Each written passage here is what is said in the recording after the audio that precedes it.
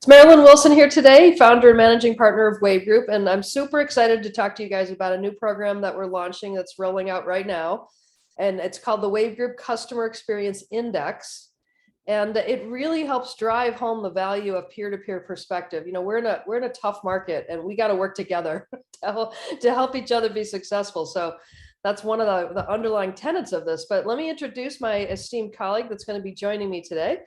Josh McFall, many of you probably know him in his very dapper tuxedo outfit. To say I didn't wear a tuxedo today.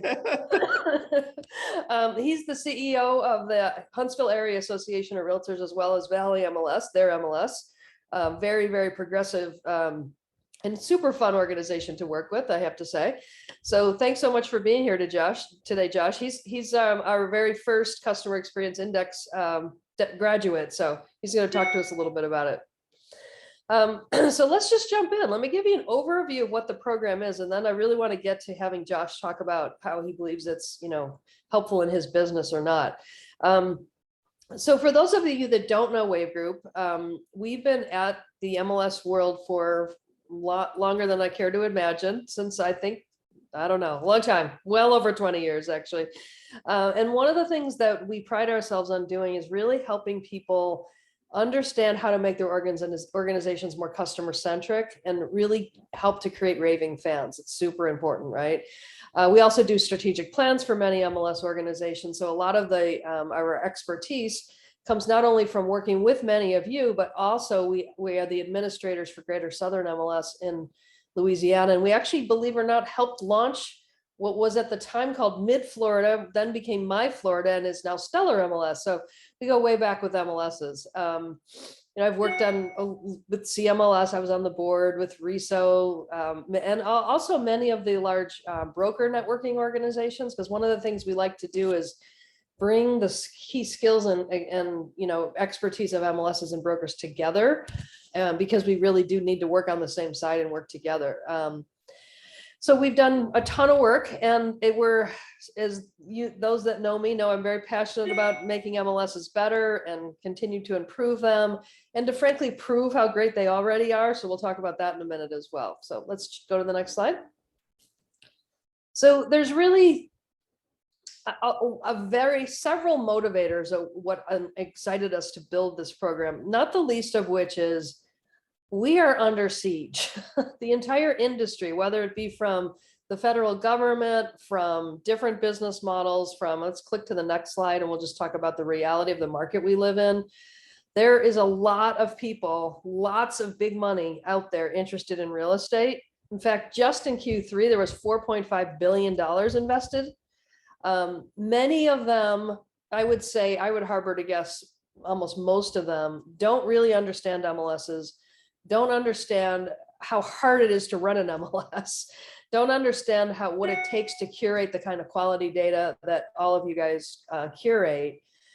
Yet many of them I've heard more lately than I've ever heard saying, well, we just want to own the whole transaction, beginning to end, from, when someone starts thinking about buying a home, to actually promoting a home, to buying the home, to closing the home, and then after the fact, right? They don't understand the core central value that MLSs play in that. And that's one of the things I'm here to do, is to make sure they do, but more importantly, to make sure we continue to do what makes sense, so that we're really effective at what we do. And there's no reason why anybody would want to replace an MLS. Okay, let's go to the next slide. So with customer satisfaction, we kind of break it into three components. One is, you don't know what you don't know, right? We of course hear from those that are very, very vocal, probably more than you care to sometimes. We hear sometimes from the people that absolutely love the MLS, but there's a whole bunch of people in between that really can drive the success of where do you go, what do you focus on, which programs make the most sense, how do you promote them more effectively, et cetera, right? So this program really looks at three things. It measures performance of all of the tools that you currently have, but it also lets you compare what you're doing to your peers, right? In an anonymized way, which I'll show you. But if someone says, oh, you got an 88 in customer service, is that good or bad? You're like, I don't know, sounds like an A- to me, sounds like a good grade, right? but the truth may be that's lower than most, or the truth may be it's much higher than most, but you don't have any perspective on that. So that's really what this is about, is helping all of us work together to make all of us better in our in individual markets. And then third is to take credit for the good work, right? This is, again, a Maryland thing, but probably not just a Maryland thing. You know, there's that 3 people that love to get on Inman and tell all of us how everybody hates the MLS, right? How many times have we read those articles and you're like, we know that's not true. And I've known this for years because I've done individual customer satisfaction surveys with many of you around the country, always strong results. Of course, always things we can get better at, right? But strong results, but we never had a quantitative number. Now, if with all of us working together, we can come back to an article like that and go, well, you know, as a matter of fact, it really isn't everybody. It's those few people. And let me tell you what other people think that really is positive. So there's some market, you know, overall MLS market opportunity we can work on working together too. So let's go to the next slide. So there's really 3 components to this. The first is your own local WAV Group customer experience index report. Okay, and so that's designed to go deep with all of the different services that you offer, understanding what people know about, how engaged they are, if they're not engaged, why they're not engaged, how satisfied are they, what suggestions do they have to make them better, right? So it's just in your market, and there's a whole report that, you know, we go through each of the key areas within the MLS to make sure that you understand that. Okay, let's go to the next slide. It also includes a net promoter score. There are some MLSs that have relied on net promoter scores for some time. So we use it as one of the metrics, not the only metric, because frankly, sometimes it's not always the best metric, because if you say to someone, would you recommend this? And there's no other choice in their market, some agents push back and say, well, why are you asking me that? I have no other choice, right? So we do use it so that people have continuity, but we have other metrics, which we'll show you in a minute. And then the, you know, really important part of this is local recommendations. And again, based on all that experience that we've had over the years, working with many of you, learning from many of you, we put together what we consider practical, actionable, and affordable, importantly, recommendations about ways to continue to improve the organization based on what we're learning with the feedback, with particularly a lot of the comments where a lot of the great ideas come from, are individual agents that are brokers that bring an idea. So we summarize all of that for you and then give you you know, kind of a working list. Of course, we can collaborate with you as the staff too to put ideas that you believe can help as well. So we have one, you know, collective idea. We also provide you with all of the open ends, all the details. So if you yourself would like to go through each of them and would like to really, you know, read everyone, understand who's saying what, reach out to some of them possibly, all of that's available as well. Okay, next slide. So then this is also really important, right? So let's say there's a recommendation that you or WAV Group puts together. You guys said, that's a great idea, I'm going to implement that. You put that together, you know, you put it into the market. Then you need to know, well, did it work, right? Because sometimes great ideas aren't always as effective as you might want them to be. So with the customer experience index, you can track satisfaction over times, right? So you can, and this is super important, especially if you have a board where, you know, people come in and out, right? You know, everybody's not on the board for the entire time. You can show them quantitatively and track progress over time to say, you know what, we thought our customer service was great, but we wanted to implement program 1, 2, and 3. We put program 1, 2, and 3 in place, and guess what? It did in fact work.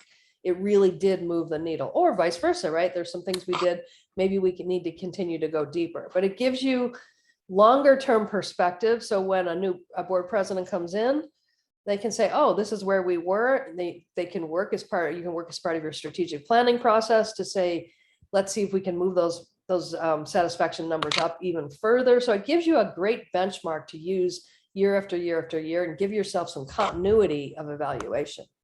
Okay, next slide. So second, this is the part that I'm super excited about. In addition to, of course, I love to work with all of you. And it's always so interesting to me to see how there are definitely similarities between MLSs, but there's also really interesting things you can learn from one another. Some groups are really good at customer service. Other groups are really good at technology. Other groups are really good at training, and trying to understand what makes the secret to what makes them so great. So the second piece is to try to really tap into that. So we've put together 7 KPIs, or key performance indicators. And we focused on areas to kind of walk around the entire organization. So customer support, responsiveness, technology, training, data quality, lead generation, then of course that overall NPS score. And some of us has asked us, why do we not have communications or marketing in this list? And you'll see when you see the questions that's kind of baked in throughout, right? So because every single thing, every single area can get better at communicating its value proposition. It can get better at recruiting people to attend or to learn about it or to download it or to read it or whatever it might be. And frankly, kind of an underlying goal is, this is another thing that drives me crazy, and maybe some of you guys too, is when people say, oh, as long as the MLS is on, it's okay, right? We all know, as people that are actively involved with MLSs, it's so much more than just being on, and it's so much more than just that one MLS system. And so there's kind of an underlying goal here too, of helping people to really take full advantage of their MLS and to appreciate the business partnership that they really have with their MLS. They don't necessarily think of it that way, right? So there's tons of room here for us to not only do a great job like many of you already do, but to even go deeper and to create a more fundamental partnership. Again, thinking about going back to that, billions of dollars coming in this industry, what's the best way to fight off a competitor is that you have such loyal customers that understand your value so much and appreciate your value so much that they're like, yeah, come bring it on. I don't care. I'm not going anywhere, right? That's when you have that kind of brand loyalty, that's what's going to keep all of us in business for a long time. Okay, next slide. So with the peer-to-peer, one of the things we're super excited about, and this is not a real number yet, obviously, but so let's use this as an example. So responsiveness, right? So say your local MLS got a 92 on, and that would be your average score, but the overall average is an 88, right? So that would mean you were scheduling or performing above everyone else. And then if you see on this chart, you'll see all the little dots. The dots represent anonymized results from peer MLSs that are in the group, right? So we're never going to say, as much as some of you might like it, well, ValleyMLS is the best at this, right? You can say that, right? But we're not gonna get in any competitive battle or anything like that. This is really about saying, relative to others, how well am I performing?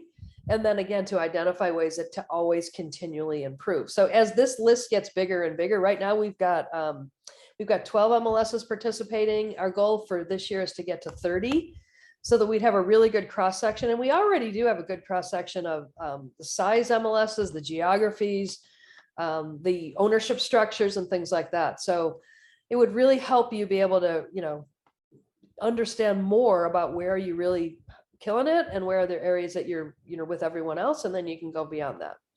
And then the third section, again, to celebrate the fact that I know many MLSs do a great job. We want to celebrate all your hard work and your success. We can click to the next slide. We're building badges. So if you've seen, in fact, I was just in the airport yesterday and I saw US News does this. They rank hospitals. So you guys may have seen that in your own local market, that, oh, we're a #1 ranked hospital for pulmonary or things like that, right? Very similar concept, or kind of like how JD Power does it for the car industry. There will be a badge for every one of the KPIs available. So in any case where your organization exceeds the average, you will get a badge, and it will all be localized. It'll actually have your brand on it. It won't just have the WAV Group brand. So then you can use that for a variety of things. Let's go to the next slide. So one of the things that many of you may know, we have a public relations division and communications division as part of WAV Group. And we know that many of you do such great things, but sometimes it's hard to find the time to really take credit for that. So we'll draft a press release for you that'll be localized to your market. I'll make it super easy for you to share it and wherever, within your own local press network that you think it makes sense. We probably will also share it on RE Technology nationally because you're our friends and we love you. And we want to have everyone else understand the great work that you're doing. And ideally, like I was mentioning earlier, once we have this first round, and hopefully more even in this first round together, then I can start publishing things to Inman and RE Technology and others talking overall about how strong MLSs are. And overall, maybe begin dialogues too about areas where we think we can get even stronger. We can become even more meaningful and relevant. So there's, like I say, 3 components. One is an in-depth evaluation. The second is a peer-to-peer, construct for you. And then third is to be able to take advantage and share all of the great news that you have. So that's kind of it in just in the top line. If anybody has any questions about it, feel free to throw them into the chat. But what I would like to do now is I'd like to spend some time with Josh because I just love that outfit, number one. But more importantly, if you don't know Josh, I would highly recommend any of you on the call, if you don't know Josh, get to know him. He is absolutely a gem. For a lot of reasons. Number one, he's a great guy, but from an MLS perspective, he's very progressive. He's very passionate. He wants to try new things. He wants to, frankly, partner with others because as you're about 4,000 members, is that right now? 4,200? Yeah. Which is a nice, yeah, it's a nice size MLS, but certainly it doesn't have billions of dollars like those outsiders do to invest, right? So there are strength in numbers, and he and his group are very open to partnerships and things. So they're doing all kinds of interesting things. So they were kind of a natural partner for us to go first, if you will, with the CXI. So I'm going to just throw in a question or two for Josh, and you just let you do what you do, Josh. All right. So my first question to you is, let's just start at the beginning. Why do you believe measuring subscriber satisfaction makes sense? And then secondly, what are the best ways to improve MLS subscriber satisfaction from your perspective? Yeah, so thanks for having me on today. This is year 10 in association and MLS management for me. And in this industry, it's really easy to get caught up by the squeaky wheels. And, the loudest squeak gets the grease.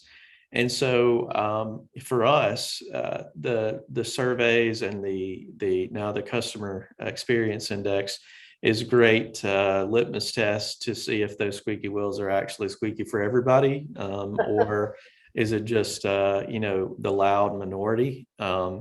So we, running a technology company can't be on a gut check. It has to be on real data. And so this gives us that.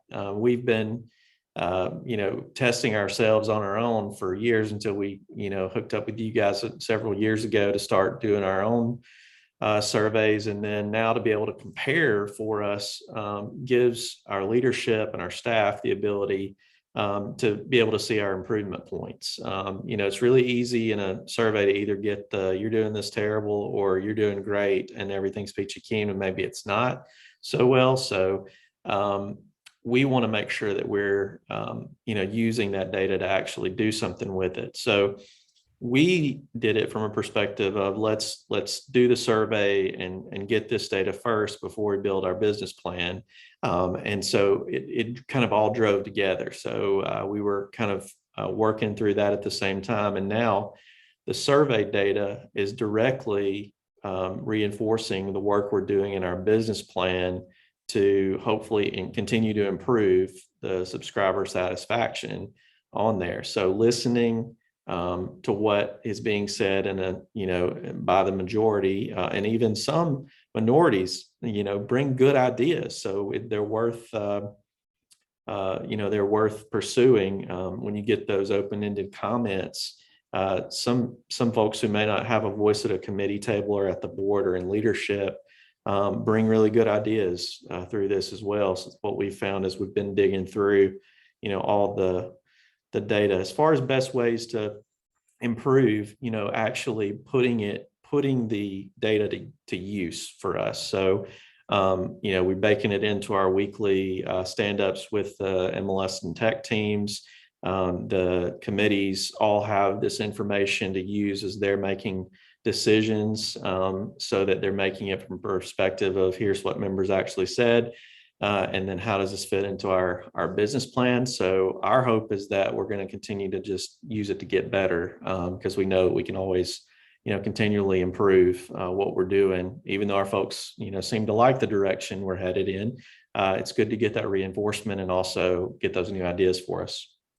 That's interesting too, what you just said, Josh, which is a great idea for any survey, not just this one, is really using that data to keep the perspective of the customer, right, the subscriber, at the center of all conversations, and really using it to operationalize change. So it's not like, I think sometimes people do, they do surveys and then they're like, that's nice, we did that for the strat plan and we're done, and then they just leave it there and nothing, it doesn't do anything, it doesn't affect anything, right? Right. Yeah. And that's something, that our leadership is bought into, our staff's bought into it. We don't do things that aren't on the plan and that aren't coming from what our subscribers are telling us that they need. I think you said a few minutes ago that, we don't just want to be the utility, we want to be the partner in that. And we actually have shifted, thanks to some of this data, have shifted the way we even talk about ourselves to really being a business generation partner. Because what other, tool do realtors have to connect with the widest base of potential buyers than the MLS? And so we want to be, that connector to layer on to what brokerages are already doing, to be that support system in a way that makes sense for their business, as well as makes sense for the businesses that all agreed to cooperate, amongst the MLS, which is what makes this thing so special. Well, it's interesting too. I think everyone's feeling the pressure. Brokers especially are feeling the pressure. Agents, everyone's feeling the pressure. Not only the market dynamic, but the knowledge there is a lot of people out there gunning for us. That there's people that don't believe we really need realtors anymore. We don't really need MLSs anymore. We don't really need associations anymore. Frankly, we don't even need brokerages anymore in some cases. And one of the things that's been really interesting for me as we've been fielding these to see is that historically, and we've all heard these words way too many times, don't level the playing field, leave me alone, just, give me the data and get out of the way. We're seeing that shifting. And I think it's because everyone recognizes their strength in numbers. And Josh's market, I'll break for them a little bit. They have a really, really strong consumer facing website, ValleyMLS.com. I think it's the second strongest in the entire state, if I'm right? Or in your market, fourth in the state, I think, that if I remember the stats. And historically, we would have heard, from many brokers, don't do that, don't promote it, don't make a big deal out of that. And we're seeing that shifting. But the reason we can see this kind of overarching trend is because we're asking the same question in a bunch of different markets at the same time. So I think we're going to, as we do more of this, we're going to really start to see some interesting trends emerge that you may think, oh, maybe that's just in my market. And we're going to find out, in fact, it's really not just your market. This may be a bigger industry trend that we're starting to pick up on early. So it's pretty neat. Also, I think this allows brokers, especially, to give their honest opinion instead of saying the thing that they think is going to be popular in a broker meeting or in an interview. And then, all of that is aggregated here so that we know kind of those things from what they're actually thinking versus, maybe jumping on a bandwagon that they wouldn't otherwise do. That's a good point. And you also can get the tenor from these, especially from the open ends. You'll see if generally people seem happy. Generally, there's some malaise happening. You'll pick it up in the open ends. It's very interesting. But yeah, some of the interesting data for us was, being able to, dig in and see if someone's really unhappy.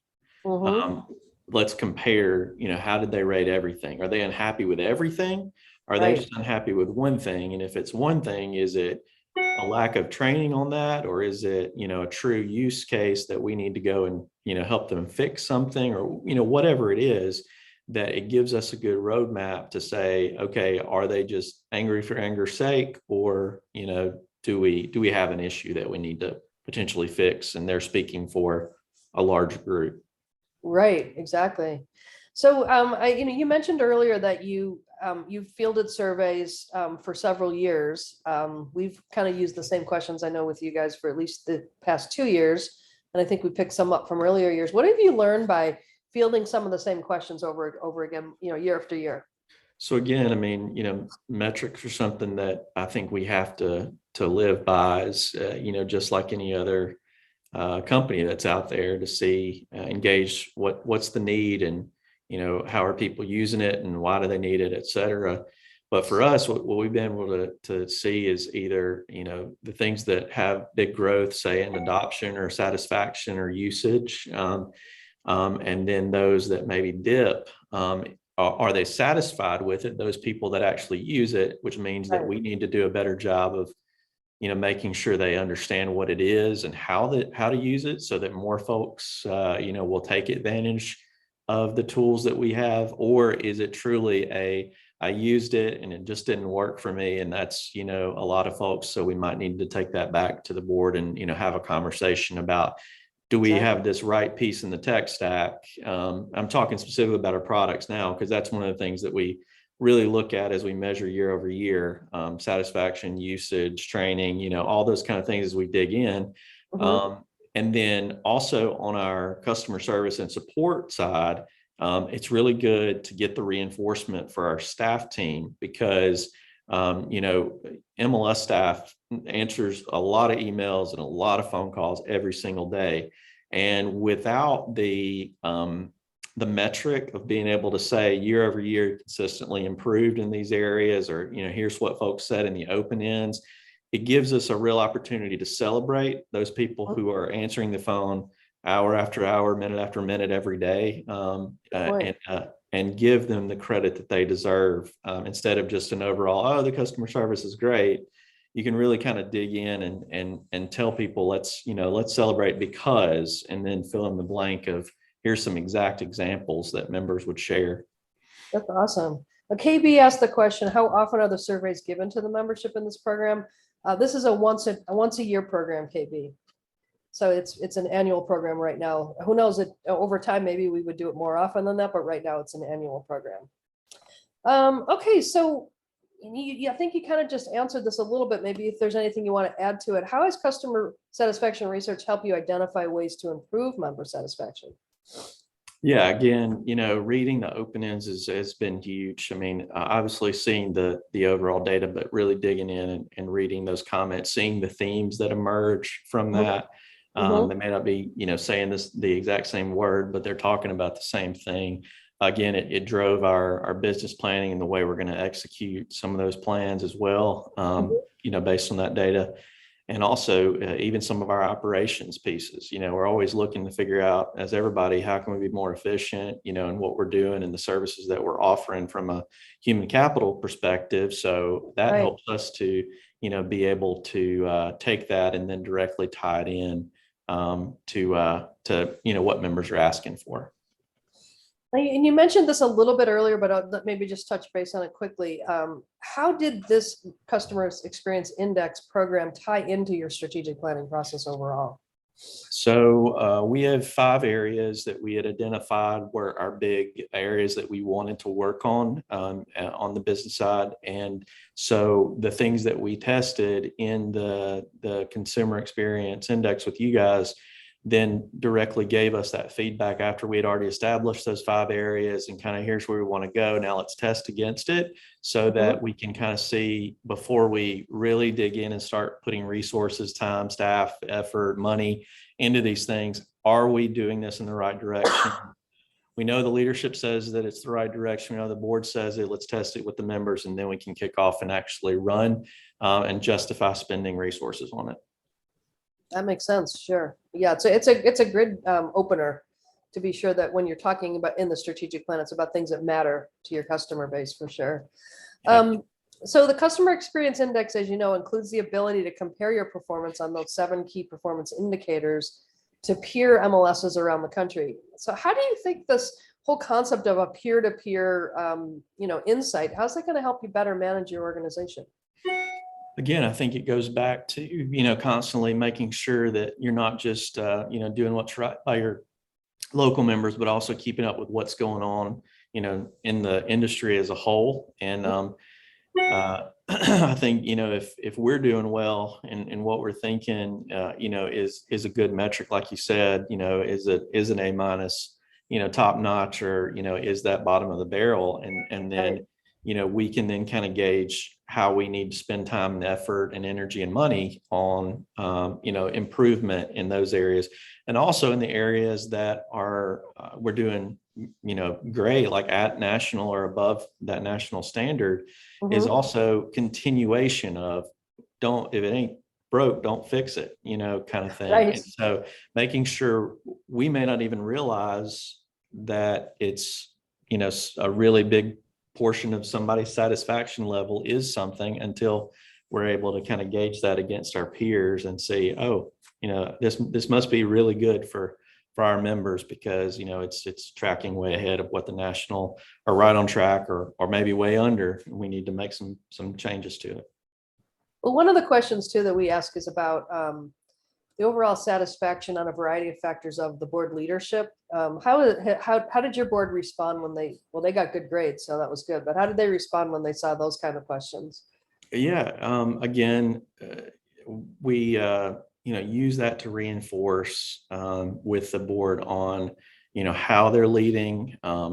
We lead from a leadership team model, as well as the board members serve as liaisons to a variety of the committees and work groups and presidential advisory groups. So by them hearing this information about how they're doing for things like listening to members and responding to feedback, et cetera, Mhm. then I think gives further underscore of, you can't just go out and say, well, I want it my way, and not listen to members. So it kind of keeps the train on the tracks in some ways with that, so that it provides some guardrails to say, here's what we've been doing. This works. The members are trusting you with the thing that allows them to do business every day, and you're the Mhm. fiduciary of that. So being able to give them the true data and the pat on the back when they do well to that, and even more so if they improve year over year, then they get to say, oh, we're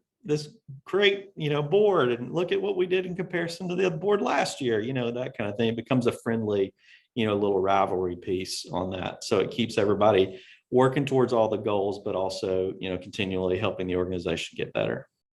That's awesome. One thing that's been interesting for us since we've launched this is when we do strategic plans, of course, this is a part of it in most cases.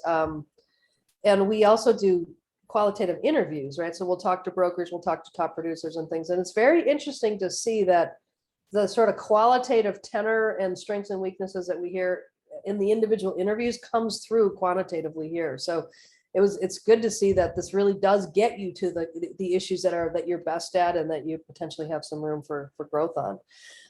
Now we talked a little bit about the badges, we will be launching those as soon as we have enough of you guys, finish that we'll have those badges. And I should let you know, Josh has got a communications background. It was his major.